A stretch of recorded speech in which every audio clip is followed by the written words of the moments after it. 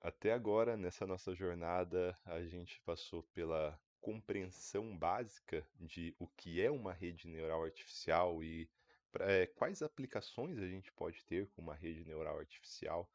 A gente começou o entendimento mais propriamente dito das redes neurais artificiais, estudando o neurônio biológico e fazendo sua associação com o neurônio artificial, e a gente entendeu como funciona um neurônio artificial e que o neurônio artificial, com seu processamento relativamente simples de dados de entrada e com um determinado dado de saída, é a base das redes neurais artificiais, desde as mais simples até as mais complexas. A gente criou uma rede neural de um único neurônio, chamada uma rede, a rede Perceptron. A gente então viu que um único neurônio ele tem uma capacidade de predição pequena, um único neurônio artificial, é a mesma coisa aconteceria com um único neurônio biológico. E aí a gente viu que se a gente associasse diversos neurônios em diferentes arquiteturas, a gente ganharia poder de predição de sistemas mais complexos.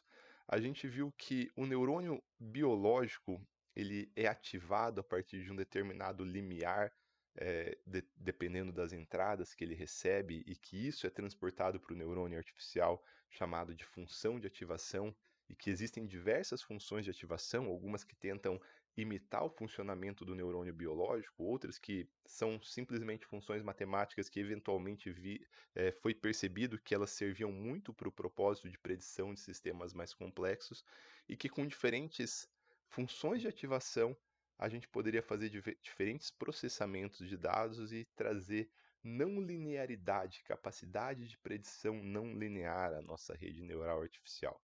A gente chegou a treinar uma rede neural artificial duas vezes já, por sinal, implementar, treinar e utilizar a rede neural.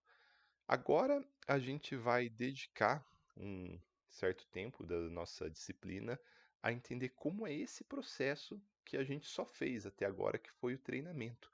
Como que a rede neural artificial aprende? Como é o processo de aprendizado? O que acontece internamente dentro de uma rede neural durante o processo de aprendizado e o que é aprender em uma rede neural artificial? Então, para a gente ilustrar isso e para a gente seguir nesse caminho, a gente vai alocar duas aulas, 2 semanas de aulas, e nessa primeira sessão, nessa primeira semana, a gente vai tentar entender mais conceitualmente. A gente não vai nem programar essa semana, a gente vai fazer um exemplo didático no Excel de treinamento, e treinar no Excel é uma coisa um pouco demorada, mas a gente pegou um exemplo didático relativamente simples. E na próxima aula a gente vai focar especificamente em aplicar, implementar em um código mais formal, numa arquitetura de rede neural, e aí sabendo o que cada coisa significa e como cada coisa funciona. Para isso, vamos voltar lá para o nosso conceito básico, né, do nosso neurônio artificial. A gente vai criar uma rede Perceptron, similar a essa rede aqui que a gente já estudou e a gente é, até entendeu como funcionavam os pesos otimizados já, né? Só lembrando, a gente fez um exemplo que a gente criou uma rede Perceptron que ela tinha que, dado entradas de LEDs RGB, de cores RGB aqui, ela tinha que falar se a cor de saída era amarelo. Então era uma rede que só classificava em sim ou não. Então se recebesse sinal vermelho e verde ao mesmo tempo, era amarelo. Se não, não era amarelo. Era basicamente isso a nossa rede neural. E a gente viu que com diferentes tipos de pesos aqui, não importa qual combinação de cor a gente colocasse, a gente conseguia sair com a saída é amarelo ou não é amarelo. Só relembrando como funciona a rede neural, então, o neurônio artificial, na verdade, né? A gente vai ter uma série de entradas, essas entradas serão ponderadas por algum peso, e esse peso aqui que cada entrada tem é basicamente o que é o aprendizado da rede neural, né? Então, o nosso objetivo é achar os pesos que façam com que uma entrada gere a saída que a gente quer que gere, e esses pesos eles são combinados na chamada combinação linear, né? Então vai receber uma intensidade de vermelho e vai ponderar pelo peso de vermelho, vai receber uma intensidade de verde e vai ponderar pelo peso de verde, vai receber uma intensidade de azul, vai ponderar pelo peso de azul, vai somar tudo isso e vai somar ao bias. Aqui eu coloquei menos porque era didaticamente mais correto época, porém a gente pode falar que a gente vai somar o bias, que seria o nosso limiar de percepção. Se a soma da combinação linear, se a soma de todas essas entradas ponderadas pelos seus determinados pesos fosse maior que esse bias, o neurônio era ativado e mandava o sinal para frente. Se não, ele não era ativado, ele não mandava sinal nenhum para frente. A gente aplicava essa combinação linear, né, esse z na nossa função de ativação, que era uma função de ativação bem simples, a função degrau. Se o z fosse maior que zero, ativava o neurônio, se não, não ativava. A gente viu que tem outras funções de ativação, né? Por exemplo, a sigmoide, que ela vai ter ativações parciais, a tangente hiperbólica, que vai ter ativações parciais, mas nesse primeiro exemplo que a gente viu, só tinha ativação total ou não ativação. Ou o neurônio está ativo mandando o sinal para frente, ou ele não está ativo não mandando o sinal para frente. Só que eu sugiro que caso vocês não lembrem disso, voltem às aulas sobre essas explicações, que é bastante importante para a gente entender os conceitos daqui para frente. Mas isso aqui eu acredito que todo mundo tá bem familiar, já que a gente falou diversas vezes, e a gente vai usar exatamente essa mesma estrutura aqui em um exemplo didático ali no Excel de treinamento. Mas não vai ser exatamente esse mesmo exemplo, porque o exemplo de cor ele é bastante limitado, né? A gente, nesse exemplo lá do começo, que a gente falava que para prever se era amarelo ou não, a gente só tinha um dado que retornava verdadeiro, né? Então fica um pouquinho difícil para treinar, principalmente no caráter didático. Então eu vou pegar esse mesmo conceito que a gente tem aqui, mas a gente vai esquecer que são cores, vai ser qualquer coisa. Então vamos transportar isso aqui para o Excel, essa nossa estrutura de rede neural para o Excel, e vamos supor que eu pego um dataset aqui de 10 dados, onde a gente tem o R, o G, o B e a intensidade, só que isso aqui não é mais cor. É qualquer coisa só para a gente usar aqui como conceito de treinamento. E eu dou algumas intensidades aleatórias, então R, G, B, I ativo dá um retorno 1, que poderia ser aqui o rótulo, a gente poderia falar assim, uma determinada faixa de cor.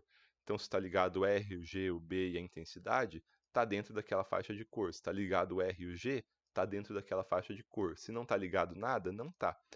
Eu estou tentando trazer um exemplo, mas não importa. Aqui poderia ser qualquer coisa. Poderia ser valores de uma ação, poderia ser características morfológicas de uma célula cancerígena, e a gente ter um rótulo aqui se aquelas características morfológicas retornariam uma célula tumoral ou não, se aquelas características de preço de ação retornariam se você deveria comprar a ação ou não. Tanto faz. Isso aqui não tem nenhum significado físico. Eu só peguei um rótulo de dados aqui, um dataset, para a gente usar como exemplo didático.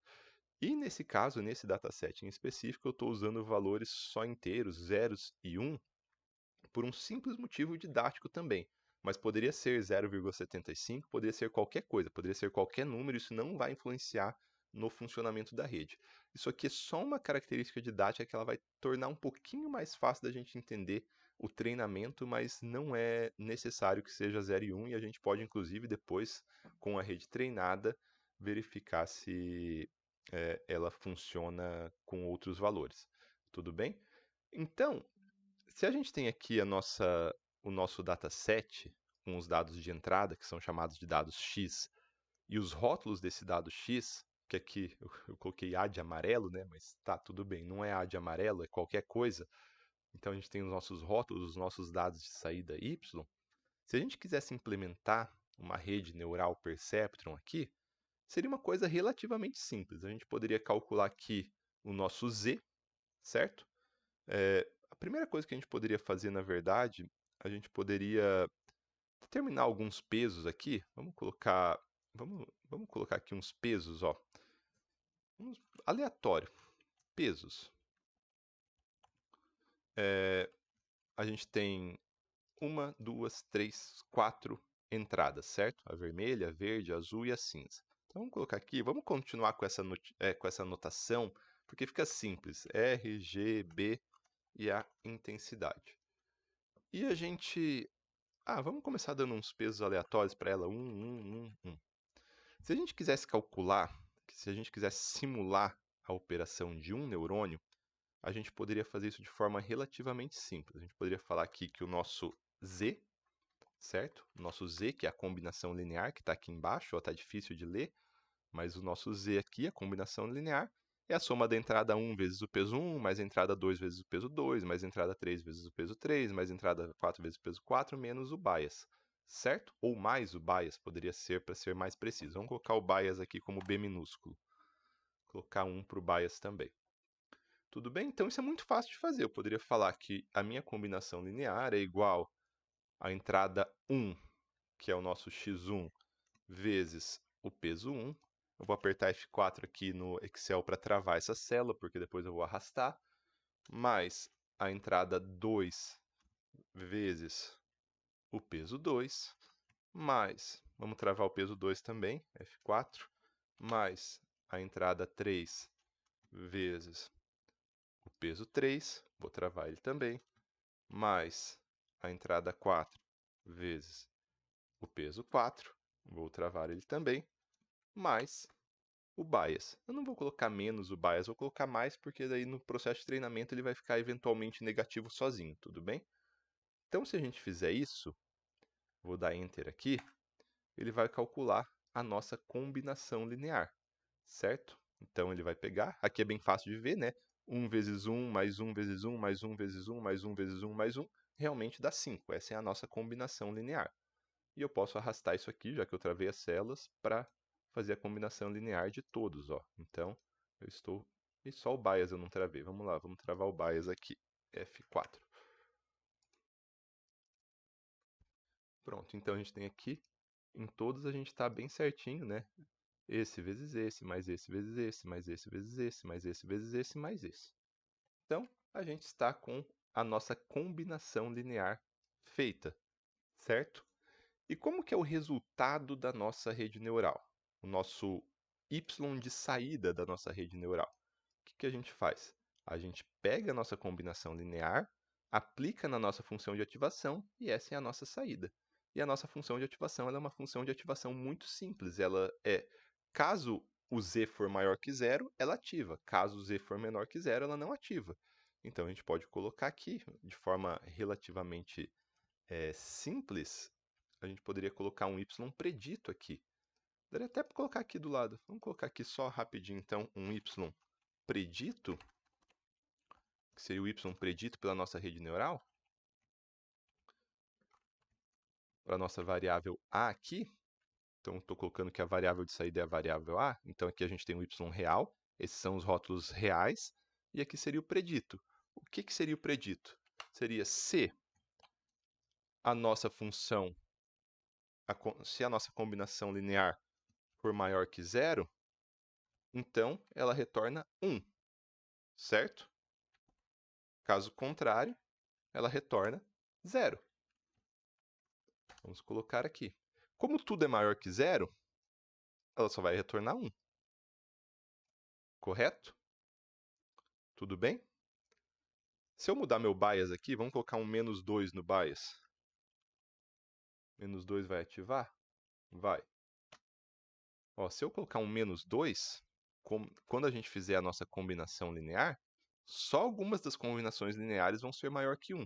Então ele predizia que esse aqui ia passar, esse aqui ia ativar, e essa combinação aqui ia ativar. Deixa eu centralizar tudo isso que está me dando uma... Isso, agora está bonito. Certo? Então, dependendo, aqui a gente está com um y predito, a gente está aqui com um y real, um y dado. Só para simplificar aqui um pouquinho, vamos rearranjar essas colunas aqui, porque eu acho que está um pouquinho bagunçado. Eu vou puxar o z lá para o outro lado, e vou deixar o y real e o y predito um do lado do outro para a gente poder comparar eles sem problema nenhum.